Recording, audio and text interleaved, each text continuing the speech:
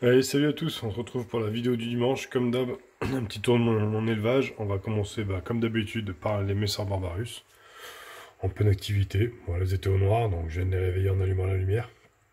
Toujours du couvain dans le grenier. On en trouve aussi un petit peu ici dans le tuyau de connexion. D'ailleurs, avec des... on les voit bien, hein. Alors, je vais essayer de mettre plus de lumière. Comme d'hab, on a des nymphes vachement colorées, donc à mon avis, celles-là, elles vont pas tarder à arriver. Voilà, dans le lit, comme d'hab, une grosse activité. Il fait beau, il fait chaud, donc du coup ça les réveille. Enfin, je remodifie mon nid parce que je vois que le tube est vide. Voilà, elles m'ont encore déplacé les graines, elles ont nettoyé un peu le haut du nid. Donc voilà, tout va bien. Dans l'air de chasse, qu'est-ce qu'on retrouve? On retrouve nos petits majors qui se baladent. Voilà, le petit dépotoir derrière le caillou. On en a un autre sous l'arbre là-bas. Tac, tout au fond là-bas. Et on a le gros dépotoir qui a mon foutu là au fond, donc il faudrait que je nettoie. Il faudrait que je nettoie. C'est les vacances, alors j'ai pas trop envie. Voilà, un peu de cadavres. Voilà, encore une quinzaine de mortes. Bon là, ça fait quelques jours que j'ai pas nettoyé, donc c'est tout à fait normal. Là, je sais pas si vous allez la voir, on en est vraiment, il n'y a pas longtemps. Elle est toute claire. Hein, avec une grosse neuve bien colorée à côté. Enfin, tout va bien chez les Messors, quoi. Là, on voit le pain de fourmis. Ici, grosse quantité de pain de fourmis. Elles sont vachement actives en ce moment. Voilà. Comme d'hab, elles ont continué à grignoter là au bord. Rien de bien impressionnant. Ça bouge pas plus, elles se sont stabilisées là.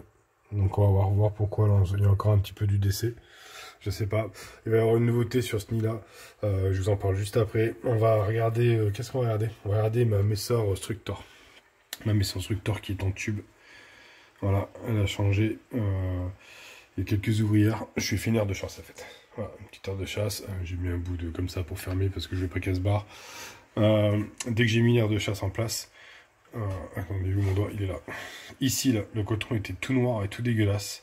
Il y a une ouvrière qui a tout arraché et qui est venue me foutre cette espèce de boule là dégueulasse, mélange moisi machin. Et elle me sortait des déchets. Dedans, j'aurais mis un tout petit abreuvoir, voilà, rapide quoi. J'avais pas grand chose, donc j'ai mis un bout de coton dans un petit support en plastique et je le remplis tous les jours, histoire qu'elles aient à boire.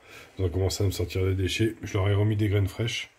Voilà, elles sont allées chercher. Et puis là, du coup, combien elles sont? Parce que j'ai pas regardé. Ça n'a pas bien évolué, je crois. 1, 2, 3, 4, 5, 6. 6 ouvrières. Donc la dernière fois, il me semble qu'il y en avait que 5 sur la vidéo. Donc du coup, dans une de plus, je referme l'arrière de chasse. Parce que je voudrais pas y laisser de trous. Voilà. Ma petite Lasus. Bon, ça bouge bien. Hein. Elles ont un petit verre de farine. Elles l'ont rentré dans le tube. Elles veulent plus me l'en sortir. C'est génial. Voilà. Le couvain, il est juste démentiel. Je sais pas si vous allez bien voir. En fait, j'ai l'impression qu'à chaque fois que je mets cette lumière-là, mon image, elle est encore plus dégueulasse. Ouais, je crois que c'est ça, en fait. Donc, je vais arrêter de la mettre. Je vais essayer de vous montrer comme ça. Ici, la grosse boule blanche. Il est où mon doigt? Il est où mon doigt? Juste là, c'est tout des œufs. C'est une grosse grappe d'œufs. Et derrière, on a pas mal de larves. Et on a pas mal de cocons, si je montre un petit peu. On va zoomer un peu. C'est pas joli, joli.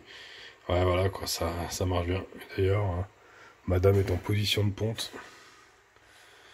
Je sais pas si elle serait pas en train de pondre. Normalement, quand elle est assise comme ça, c'est que derrière, non, ça y est. Elle a arrêté. Donc, du coup, voilà. Porte-tube. Ça, c'est... voilà. J'ai fait des nouveaux porte-tubes. Ça vaut rien. Petit croisillon en plastique comme ça. Voilà. Je mets ça sous mes tubes et ça les tient super bien. Voilà. Pas besoin de se faire chier à aller acheter des porte-tubes à 200 balles, quoi. Vous achetez un sac de croisillon, ça coûte 3 € et vous faites 300 ou 400, voire même 500, je crois qu'il y en a dedans. Vous faites 500 porte-tubes. Voilà. Je dis ça comme ça. Hein. Mais bon. Donc ça, c'était mes petits élevages. Qu'est-ce qu'on avait ici? On a la petite Lasus emarginatus. Vous voyez, on voit beaucoup mieux ses reflets. Si je vous la mets... Ah non, là-bas, c'est dégueulasse. Petite Lasus emarginatus. Fais-moi la mise au point. Avec sa petite grappe d'œuf. Ici, on a toujours la Tetramorium qui avance pas. Complètement à l'arrêt. Plus de ponte, plus rien. Pourtant, on voit que dalle. Attendez, je vais mettre sur un support, peut-être ça. Voilà. Ah, Comme si elles s'étaient mis en diapose, limite. Les larves, elles ont même pas bougé depuis une semaine, c'est... Ouais, plus rien. Elles m'ont foutu ça. Alors ça, c'est de la confiture de framboise. Elles m'ont foutu tous les déchets du coton dedans, donc génial. Enfin voilà, celles-là, elles vont rester ici. On va aller faire un petit tour chez Monica Rubida. Alors, Monica Rubida, qu'il faut que je nourrisse d'ailleurs. Est-ce qu'on en voit? Ah, on en voit une qui se promène. Voilà. Deux.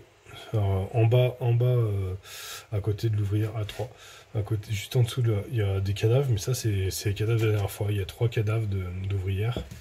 Maintenant, on va essayer difficilement, mais sûrement, d'aller voir le couvain. Voilà. On se retrouve avec pas mal de grosses larves. Donc, le couvain, il est quand même là, il est présent. Hein. Là, on a la larve deuxième stade. Ici, on a la nymphe. On a une grappe d'œuf là qui défile derrière. Ou une ouvrière qui a dû naître récemment. Elle est toute claire. Donc ça se passe bien. Faut que je les nourrisse. Faut que je leur rattrape des mouches. Là-dedans, dans leur abreuvoir, elles ont un mélange d'eau et de sucre. Le problème, c'est que ça sèche super vite, quoi. Donc c'est pas génial. J'arrive pas à les nourrir en liquide sucré. Il faudra que je teste. Et sinon, mauvaise nouvelle du jour. Ouais, vous voyez la boîte qui est là-bas, qui était là-bas sur les autres vidéos, elle n'y est plus. Ma Capitatus a rendu l'âme. Voilà. Ma Capitatus a rendu l'âme hier ou avant-hier. Je me suis retrouvé avec le nid blindé d'acariens.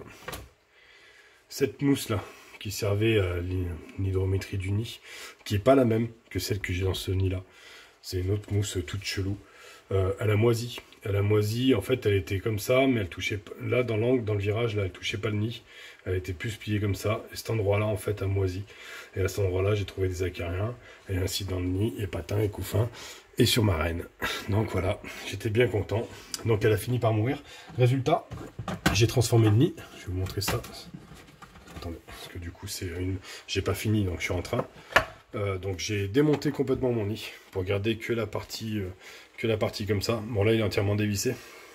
Normalement ces nids là ils sont percés là en bas, comme vous voyez sur celui-là là-bas où les fourmis sortent ici dans l'angle. C'est un petit trou de 8, c'est moi j'ai agrandi, j'ai fait un trou de 10.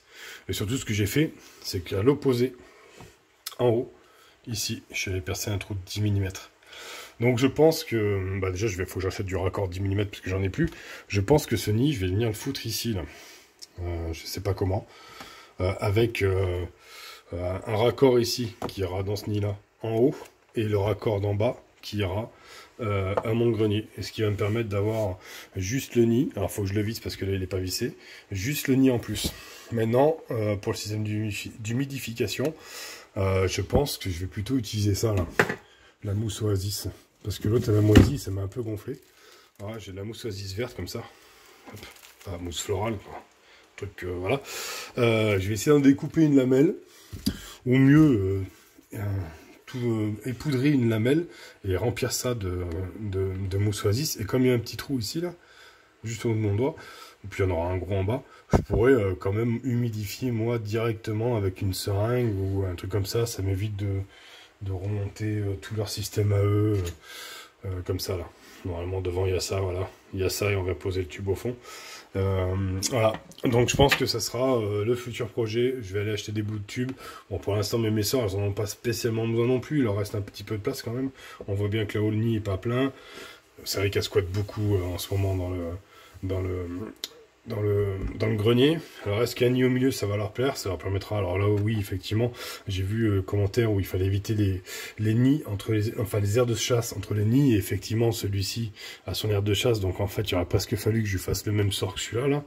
Le problème c'est comme il est plein, je peux pas virer les fourmis pour venir percer un trou là en haut. Donc du coup ça restera comme ça, mais ce que je vais faire c'est que celui-là je vais le fermer, je vais le condamner, quitte à voir à faire des étages dedans. Je vois pour faire imprimer ça en 3D en fait, pour faire des petits étages avec des salles, et peut-être transformer toute cette aire de chasse en nid complet et raccorder celui-là derrière. Ça prendra du temps, ça sera pas en un jour. Déjà il faut juste que je trouve pour me le faire imprimer ce que je veux, et c'est pas évident parce que j'ai pas d'imprimante et que j'ai des collègues qui sont pas forcément tout le temps dispo. Et donc voilà. 9 minutes 43. Je vous abandonne, la vidéo va couper, je suis limite à 10 minutes avec cette définition là. Merci d'avoir regardé la vidéo, allez, ciao ciao, à dimanche prochain.